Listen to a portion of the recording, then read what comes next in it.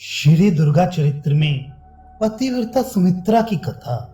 श्री दत्तात्रेय जी कहते हैं, हे जमदग्नि के पुत्र, अब तुझे अद्भुत दुर्गा महात्म्य सुनाता हूँ, जिसे सुनकर व्यक्ति नाना पातकों से भी छूट जाता है। इसमें कोई संदेह नहीं है। त्रिपुरा भगवती के अंश से उत्पन्न हुई महेश्वरी दुर्गा देवी देवगण को दुर्गतियों से रक्षा करने के कारण दुर्गा कहलाई। उसके स्मरण करने से ही दुरित अर्थात पाप गमन अर्थात पलायन कर दूर हट जाते हैं, इसलिए दुर्गा कही गई है। उसका अति पवित्र महात्म्य गौरव कथा पुराणों में गाया गया है। प्राचीन काल में देवगण के अधिपति इंद्र के पास लक्ष्मी की वृद्धि होने से वह बहुत अधिक दर्प एवं अभिमान में मत्त हो गंधर्व गण तथा अप्सराओं समेत कौतूहल से विंध्याचल पर्वत के शृंग पर ऐरावत हाथी पर आसीन होकर गया। वहां कश्यप जी के पुत्र मुनियों में श्रेष्ठ सुनेत्र महर्षि ने अपने अत्याधिक ब्रह्म तेज से चमकते हुए दीर्घ तपस्या की। उनकी धर्म पत्नी गौतम ऋषि की पुत्री पतिव्रता सुमित्रा समीपवर्ती नर्मदा नदी में स्नान करने को आई। इंद्र ने अत्यंत स्थूल शरीर वाली, रंग में काली और आकृति में कुरूप उसे देखकर अत्यंत गर्वपूर्ण में जोर जोर से हंसकर उसके पास जाकर अत्याधिक रुक्षता पूर्वक परिहास किया। उस मूढ़ बुद्धि इंद्र ने अपने पतन का निमंत्रण देने वाले वाक्यों को हंसते हुए कहा, हे सुभगे, आप कौन हैं, किसकी हैं? मुझे तो आप महेशी मालूम होती हैं। इस जगत में आप किस महिषी के बेटे को जन्म देंगी? अपने पति को ही इष्ट मानने वाली सुमित्रा ने इस प्रकार असमय की अपमानजनक बातें सुनकर भर्सनापूर्ण क्रोध से रुष्ट हो दीर्घ निश्वास ले इंद्र को कहा, हे दुर्मते, तेरा अभिमान चूर्ण करने वाला महिष्य अर्थात भैंसा शीघ्र ही उत्पन्न होगा और तेरी स्त्री इंद्राणी महेशी बनकर उस शत्रु को जन्म देगी। तब सुनेत्र पत्नी द्वारा महाश्राप के देते ही देवराज इंद्र बहुत डरा हुआ दंडवत प्रणाम कर मुझे बचाइए, मुझे बचाइए इस प्रकार बोला। अत्यंत क्रोध रोष से आकुल हो सुमित्रा स्नान कर अपने आश्रम में चली गई। अत्याधिक भय कातर हो शची के साथ इंद्र भी उसके पीछे पीछे गया। अत्यंत प्रज्वलित अग्नि के समान तेजो युक्त महर्षि सुनेत्र को बैठा देखकर इंद्र ने अपनी पत्नी शची के साथ बार बार प्रार्थना की। ऋषि भी उस सब कुत्सित व्रत को जानकर और अपनी धर्म पत्नी को अत्यंत क्रुद्ध देखकर सुनेत्र ने डरकर पत्नी को संतोष दिया और इंद्र से कहा, हे देवराज, मैं कहता हूँ सुन। क्या तूने पूर्व काल में संपूर्ण लोकों में विशेषता पाए हुए पतिव्रताओं के महात्म्य को नहीं सुना? यदि वे क्रुद्ध हो जाती हैं तो क्षणभर में ब्रह्मांड का नाश कर देती हैं। प्रसन्न होकर फिर स्थावर जंगम प्राणी मात्र सहित उस ब्रह्मांड को फिर पूर्ववत संजीवन प्रदान कर देती हैं। प्राचीन काल में यज्ञ पत्नी पतिव्रता दाक्षायणी मूर्ति ने तपस्या के प्रभाव की महिमा से लोक में प्रलय मचा दिया। इसलिए तू अपनी पत्नी शची को साथ लेकर प्रणाम पूर्वक उसे ही प्रसन्न कर। हे देवराज, इसके प्रतिकार करने में सर्वथा ही मेरा सामर्थ्य नहीं है। प्राचीन काल में तपापुंज मुदगल नामक ब्राह्मण श्रेष्ठ हो गया। उसकी सुंदरी लोक से पूजित सानुमति नाम वाली पत्नी थी। उस सुमध्यमा नतांगी को वायु ने नदी में स्नान करते हुए देख लिया। उसके सौंदर्य संपत्ति से विमोहित हो कामदेव के बाणों से बहुत अधिक पीड़ित होकर वायु उस लल्ला के वस्त्रों को उतारने के लिए जगन प्रदेश पर बहने लगा। वायु की कुटिलता जानकर सती ने अपने दोनों जांघों के बीच उसे दबा दिया। इस प्रकार उसे दोनों जांघों के बीच में रख अपनी तपस्या से उस साध्वी ने रोके रखा। जब वायु रोक ली गई तो उससे सभी लोग एक क्षण में ही निष्प्राण से जड़वत हो गए।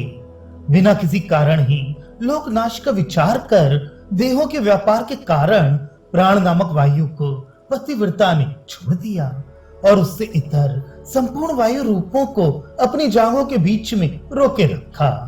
फिर सभी लोग वायु से हीन होकर बहुत विकल हुए।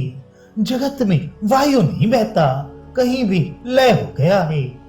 वायु लोक के निवासी गण ने भी अपने लोक में उसे लुप्त जानकर वायु के नाश के विलय में देवेश इंद्र से आकर कहा। वायु का विलय सुनकर इंद्र ने संपूर्ण जगत में उसे खोजकर लोक पितामह ब्रह्मा के पास प्रणाम कर अत्यंत दुखित होकर कहा, हे भगवान, वायु से हीन लोक नष्ट हो जाएगा। अभी एक तिनका भी नहीं बढ़ता, सारा त्रिभुवन प्राणहीन हो गया। किसी ने क्रोध हेतु से तो उसका विलय नहीं कर दिया है। अत्यंत बलवान वायु क्यों विलुप्त हो गया, हमें ये पता नहीं चला। इंद्र का कथन सुनकर ब्रह्मा ने ध्यान कर उसके विषय में पता लगाया। सब बातें जानकर इंद्र को ब्रह्मा ने कहा, हे इंद्र, मरुत की गति कहाँ है सो सुन। कुरुक्षेत्र में मुद्गल ऋषि की धर्म पत्नी अति पवित्र जीवन बिताने वाली पतिव्रता स्त्री है। उसने वायु के असदाचरण से उसे लीन कर दिया। उसके जांघों के बीच में दबा वह बहुत दुर्बल खोई हुई शक्ति वाला अत्यंत दुखी है। हे सुरीश, तपस्या के तेज से दैदीप्यमान पतिव्रता सानुमति के पास उपाय से ही जा। प्रार्थना करने से वह उसे छोड़ सकती है।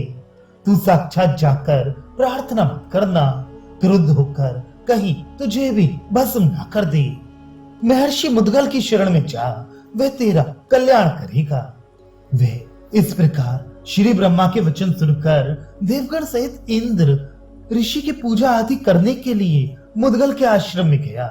वह वन में विराजे ऋषि के पास जाकर और उस पतिव्रता से निरंतर डरता हुआ प्रणाम कर मारुत को छोड़ देने के लिए प्रार्थना करने लगा।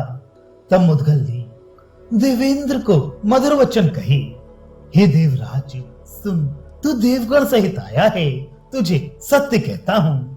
मैं उसे ये कहने में समर्थ नहीं कि तू मारुत को छोड़ दे। मैंने तपस्या के द्वारा इस सब को पहले से ही जान लिया था। अपराध किए हुए वायु को तू छोड़, इस प्रकार उसे कहूं तो वह लोक और आश्रम समेत मुझे क्षण मात्र में ही भस्म कर देगी। अतः तुझे युक्ति बताता हूँ। कुबेर, वरुण और अग्नि के साथ ब्रह्मचर्य व्रत का पालन कर पूर्ण तपस्या में मन लगा। सेवा से उस पतिव्रता को संतुष्ट कर, वह प्रसन्न होकर तेरा अभिष्ट पूरा करेगी।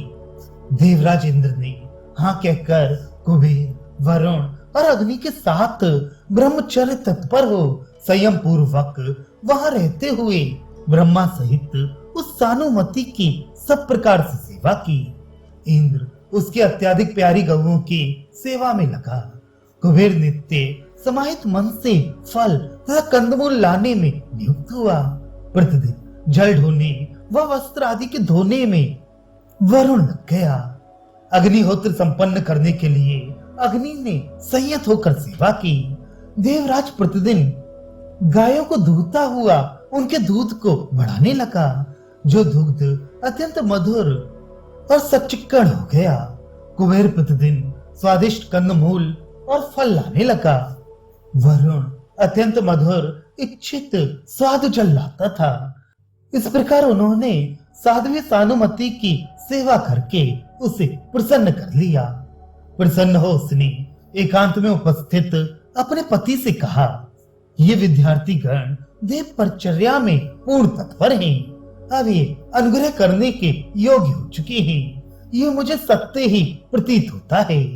विशेष रूप से ये मेरी ही सेवा क्यों करते हैं? इस विषय में आपने उन्हें अनुमति दी है, सो हे प्रभु कारण बताइए।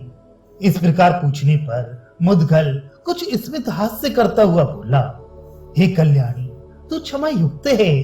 तुझे कभी क्रोध नहीं करना चाहिए। क्रोध से तप का नाश होता है, इसलिए सदा ही क्षमाशील रहे। तूने अब कार्य करने वाले मारुत को अपने जगन प्रदेश में रोक रखा है। उसके बिना ये सारा लोक दुखी हो गया है। आज इस वायु को उस स्थान में बंद किए 10 वर्ष का समय बीत गया। उसे छुड़ाने के लिए ये इंद्र, अग्नि, वरुण और यक्षाधिपति कुबेर डरकर तुम्हारी सेवा में तत्पर हैं। अब उन पर अनुग्रह करो। इसके बाद इंद्र प्रमुख देवगण उसे प्रसन्न जानकर हाथ जोड़ विनत हो अनुग्रह पाने के लिए सम्मुख आ गए।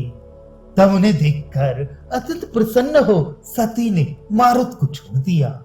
अवरोध से निकलकर वायु ने लज्जित होकर उस पतिव्रता को प्रणाम कर और मुद्गल महर्षि को नमस्कार कर वह इंद्र आदि के साथ चला गया।